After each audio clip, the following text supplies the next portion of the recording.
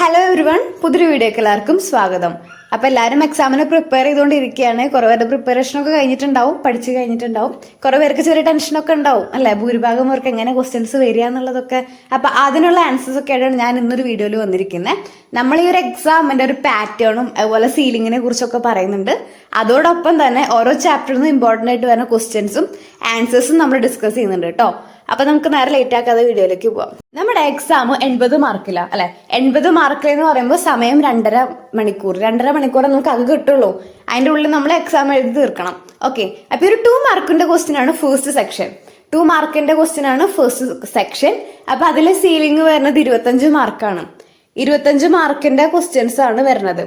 അപ്പൊ നമ്മൾ അതിൽ എത്ര ക്വസ്റ്റ്യൻ അറ്റൻഡ് ചെയ്യണം? ഒരു 13 ക്വസ്റ്റ്യൻ എങ്കിലും അറ്റൻഡ് ചെയ്താലാണ് നമുക്ക് 25 മാർക്ക് കിട്ടുള്ളൂ. നിങ്ങൾ 12 ക്വസ്റ്റ്യൻ എഴുതി കഴിഞ്ഞാൽ 24 മാർക്ക് കിട്ടും നിങ്ങൾക്ക് അല്ലെ.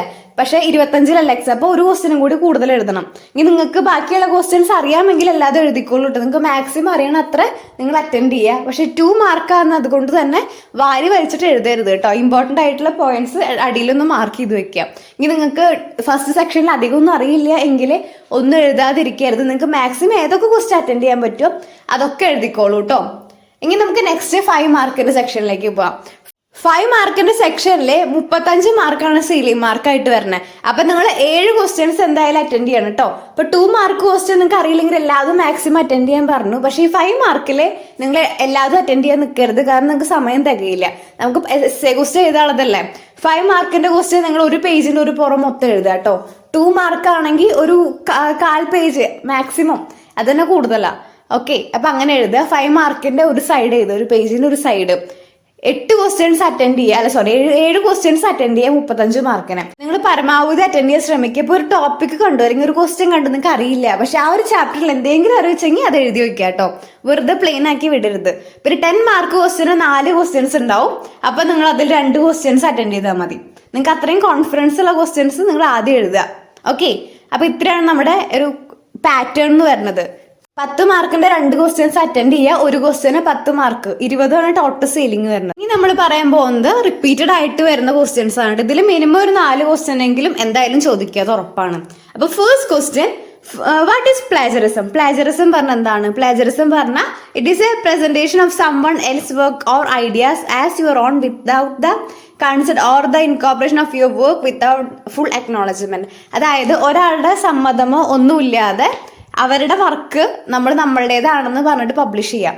അപ്പൊ അതാണ് പ്ലേജറിസം പറയുന്നത്. നമ്മളിത് ഓൾറെഡി ഡീറ്റെയിൽ ആയിട്ട് എക്സ്പ്ലെയിൻ ചെയ്ത കാരണം ഞാനത് ഇനി ഡീറ്റെയിൽ ആയിട്ട് എക്സ്പ്ലനേഷനിലേക്ക് കിടക്കുന്നില്ല. ഇനി നമുക്ക് നെക്സ്റ്റ് ക്വസ്റ്റ്യൻ നോക്കാം. What is honour code? Some university make it mandatory for all the students to sign an argument called honor code. അതായത് നമ്മളൊരു കോളേജിലേക്ക് ചേരുമ്പോൾ നമ്മൾ കുറേ പേപ്പേഴ്സ് സൈൻ ചെയ്യും. എന്താന്ന് ഭൂരിപക്ഷം വരും വായിച്ചു നോക്കില്ല അല്ലേ. അത് അവരുടേതായ ഒരു കോഡ്, അതായത് ഇപ്പൊ ഡ്രസ്സിന്റെ കേസായാലും അവരുടേതായ റൂൾസ് ആൻഡ് റെഗുലേഷൻസ് ഒക്കെ ഉണ്ടായിരിക്കും. അതാണ് ഈ ഓണർ കോഡ് കൊണ്ട് ഉദ്ദേശിക്കുന്നത്. At a time enrolment of the academic programme, honour code is like a pledge taken by the students to effect of that in upholding academic integrity and ethical behavior and will not engage in any kind of cheating, stealing or in misrepresentation. അതായത് നമ്മൾ കോളേജിലേക്കുള്ള അവരുടേതായ ഒരു rules and regulations ഉണ്ട്. അത് agri ചെയ്തുകൊണ്ട് നമ്മൾ sign ചെയ്യുക, അല്ലെങ്കിൽ അവരുടേതായ കോഡ് നമ്മൾ അക്സെപ്റ്റ് ചെയ്യുക. അതിനൊക്കെയാണ് ഈ ഒരു ഓണർ കോഡ് കൊണ്ട് ഉദ്ദേശിക്കുന്നത്. ഇനി നമുക്ക് നെക്സ്റ്റ് ക്വസ്റ്റ്യൻ നോക്കാം. What are 3 type of paragraph? ഇത് സ്ഥിരം എക്സാമിന് കണ്ടുവരുന്ന ഒരു ക്വസ്റ്റ്യൻ ആണ്, നോട്ട് ചെയ്ത് വെക്കുക കേട്ടോ. 3 ടൈപ്പ് ഓഫ് പാരഗ്രാഫ് എന്ന് പറയുന്നതാണ് an introduction, body and conclusion. അത് നമ്മൾ എസ് എ ഒക്കെ എഴുതുമ്പോൾ നമ്മളിപ്പോൾ എസ് എ ക്വസ്റ്റ്യൻ വരുന്നുണ്ട് 10 മാർക്കിന്റെ അല്ലേ. അപ്പൊ അതിന് ആദ്യം നമ്മളൊരു ഇൻട്രൊഡക്ഷൻ എഴുതും. അതിൽ എന്തൊക്കെ ഇൻക്ലൂഡ് ചെയ്യുക? റൈറ്റേഴ്സിന്റെ പേര്, അതുപോലെ റൈറ്റേഴ്സിന്റെ കാര്യങ്ങൾ, ഇത് ആരെ എഴുതിയത്, റൈറ്ററിന്റെ ഒരു ചെറിയൊരു 2-3 വരി റൈറ്ററിന്റെ കാര്യങ്ങളും, അത് കഴിഞ്ഞിട്ട് ബോഡി, അതിന്റെ എക്സ്പ്ലനേഷൻ, പിന്നെ കൺക്ലൂഷൻ അല്ലെ. അപ്പൊ അതാണ് ഈ ഒരു എസ് എയുടെ 3 പാരഗ്രാഫ്. ഇത് ഇമ്പോർട്ടന്റ് ആണ്, നോട്ട് ചെയ്ത് വെക്കുക കേട്ടോ. ഇനി next question, what is blind peer reviewing? When academic writing is written for a publication, it undergoes a process of blind peer reviewing. അതായത് ഒരു അക്കാദമിക് റൈറ്റ് നമ്മൾ എന്തെങ്കിലും എഴുതി കഴിഞ്ഞാൽ അത് നമ്മുടെ ഒരു പ്രോസസ്സാണ് ബ്ലൈൻഡ് പിയർ റിവ്യൂവിംഗ് എന്ന് പറയുന്നത്. ദിസ് ഇസ് മെന്റ് by editors giving articles without the name of the author reviewer. They decide for the word publishing identify the review related to the author of the paper. അതായത് ഒരു writing അവർ process ചെയ്തിട്ട് അല്ലെങ്കിൽ check ചെയ്തിട്ട് അത് പബ്ലിക്കേഷനുള്ള വെർത്താണോ അല്ലെങ്കിൽ അതിനെ value contents ഒക്കെ നോക്കുന്ന കാര്യങ്ങൾക്കാണ് ബ്ലൈൻഡ് പിയർ റിവ്യൂ എന്ന് പറയുന്നത്. ഇനി നമുക്ക് നെക്സ്റ്റ് ക്വസ്റ്റ്യൻ നോക്കാം. What is questionnaire?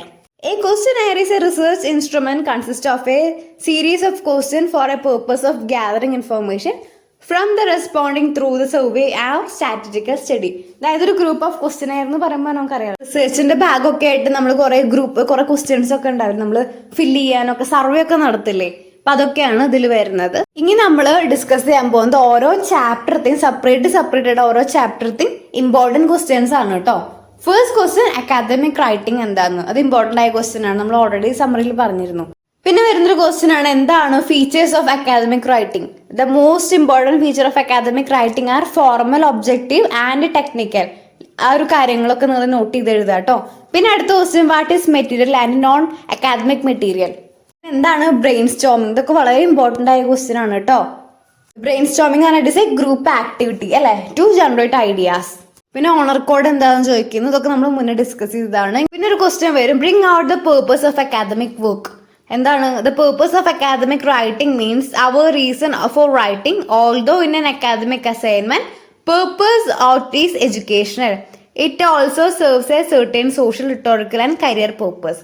അക്കാദമിക് വർക്കിന്റെ പർപ്പസ് എന്താണെന്നത് ഇമ്പോർട്ടന്റ് ആണ് കേട്ടോ. നെക്സ്റ്റ് ചാപ്റ്റർ 2 നോക്കാം. What is a research paper. പിന്നെ തെസിസ് എന്താണ്, ഡിസർട്ടേഷൻ, ഇതൊക്കെ നമ്മൾ മുന്നേ ഡിസ്കസ് ചെയ്തതാണ് അല്ലേ. പിന്നെ കേസ് സ്റ്റഡി, പിന്നെ approaches to the academic writing. അതായത് അക്കാദമിക് റൈറ്റിംഗ് എന്ന് പറയുമ്പോൾ 3 അപ്രോച്ചസ് വരുന്നുണ്ട്. പിന്നെ റിട്ടോറിക്കൽ മോഡ്സ് ഏതാണ്, 9 എണ്ണം ഉണ്ട് അല്ലേ. 9 റിട്ടോറിക്കൽ മോഡ്സ് ഉണ്ട്. അപ്പൊ അതൊക്കെ നിങ്ങൾ പഠിച്ചു വെക്കാൻ ഇമ്പോർട്ടന്റ് ആയ ക്വസ്റ്റ്യൻ ആണ്. ഈ ക്വസ്റ്റ്യൻസ് പഠിച്ചു പോയാൽ തന്നെ നിങ്ങൾക്ക് അക്കാദമിക് റൈറ്റിംഗിലൊക്കെ നല്ല മാർക്ക് സ്കോർ ചെയ്യാൻ പറ്റും. ഓക്കെ, ഇനി നമുക്ക് നെക്സ്റ്റ് ചാപ്റ്റർ നോക്കാം. Chapter 3 main process of academic writing. അതാണ് pre writing, writing and revising അല്ലെ. 3 മെയിൻ പ്രോസസ്സ്. പിന്നെ ഓഡിയൻസ് അനലൈസ് എന്താണെന്ന് ചോദിക്കുന്നുണ്ട്. Process of writing, brainstorming. അത് റിപ്പീറ്റ് ആയിട്ട് വരുന്ന ചോദിക്കുന്ന ചോദ്യമാണ് ബ്രെയിൻ സ്റ്റോമിംഗ് എന്താണെന്ന്. നെക്സ്റ്റ് 4th ചാപ്റ്ററിൽ വളരെയധികം ഇമ്പോർട്ടന്റ് ആയ ക്വസ്റ്റ്യൻ ആണ് fictional narration and non fictional narration. ഒരുപാട് ക്വസ്റ്റ്യൻ പേപ്പറിൽ കണ്ടിട്ടുള്ളതാണ് കേട്ടോ. പിന്നെ classification and division, features of argumentative essay, characteristic of narrative essay. Narrative essay എന്താണെന്ന് ചോദിച്ചിട്ടുണ്ട്, അതേപോലെ ക്യാരക്ടറിസ്റ്റിക്കും ചോദിച്ചിട്ടുണ്ട്, ഇമ്പോർട്ടന്റ് ആണ്. പ്രോസസ് ഓഫ് അനലൈസിസ്, ഇതിൽ ഏറ്റവും ഇമ്പോർട്ടന്റ് ആയിട്ടുള്ളത് ഫിക്ഷണൽ നറേഷനും നോൺ ഫിക്ഷണൽ നറേഷനും ആണ്. പിന്നെ ക്യാരക്ടറിസ്റ്റിക് ഓഫ് നറേറ്റീവ് റൈറ്റിംഗും, നറേറ്റീവ് റൈറ്റിംഗ് എന്താണെന്ന് ചോദിക്കും. അപ്പൊ ഇത്രയും നിങ്ങൾ പഠിക്കാൻ ശ്രമിക്കുക, മേ ബി വന്നേക്കാം. നെക്സ്റ്റ് ചാപ്റ്റർ 5 ആണ്.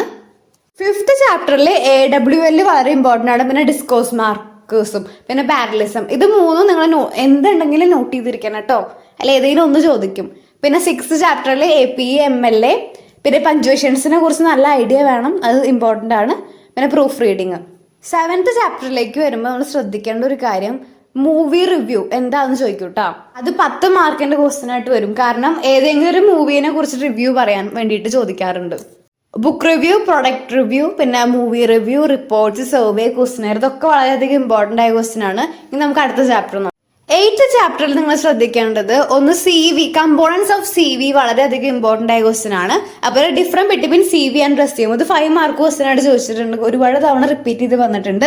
Difference between CV and resume, അപ്പൊ നിങ്ങൾ അത് ശ്രദ്ധിക്കുക. പിന്നെ formal letter and informal letter, ആ ഒരു ഫോർമാറ്റ് ഒക്കെ നോക്കി വെക്കുക കേട്ടോ, വളരെയധികം ഇമ്പോർട്ടന്റ് ആണ്. പിന്നെ ബ്ലോഗ്, ഇതൊക്കെ നിങ്ങൾക്ക് ഓപ്ഷൻ ആയിട്ട് വരും, ഒന്നെങ്കിൽ CV ആയിട്ടോ അല്ലെങ്കിൽ ബ്ലോഗ്, ഇതിൽ ഏതെങ്കിലും ഒക്കെ ഒന്ന് എഴുതേണ്ടി വരും, രണ്ടും കൂടി ഒരുമിച്ച് ചോദിക്കില്ല.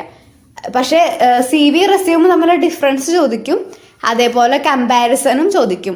ഫോർമൽ ലെറ്ററും ഇൻഫോർമൽ തമ്മിലുള്ള ഡിഫറൻസും ചോദിക്കാൻ ചാൻസ് ഉണ്ട്. ഈ ഒരു ചാപ്റ്ററിൽ നല്ല ഇമ്പോർട്ടന്റ് ആയിട്ടുള്ളത് CVയും റെസ്യൂമും എന്താന്ന് കേട്ടോ.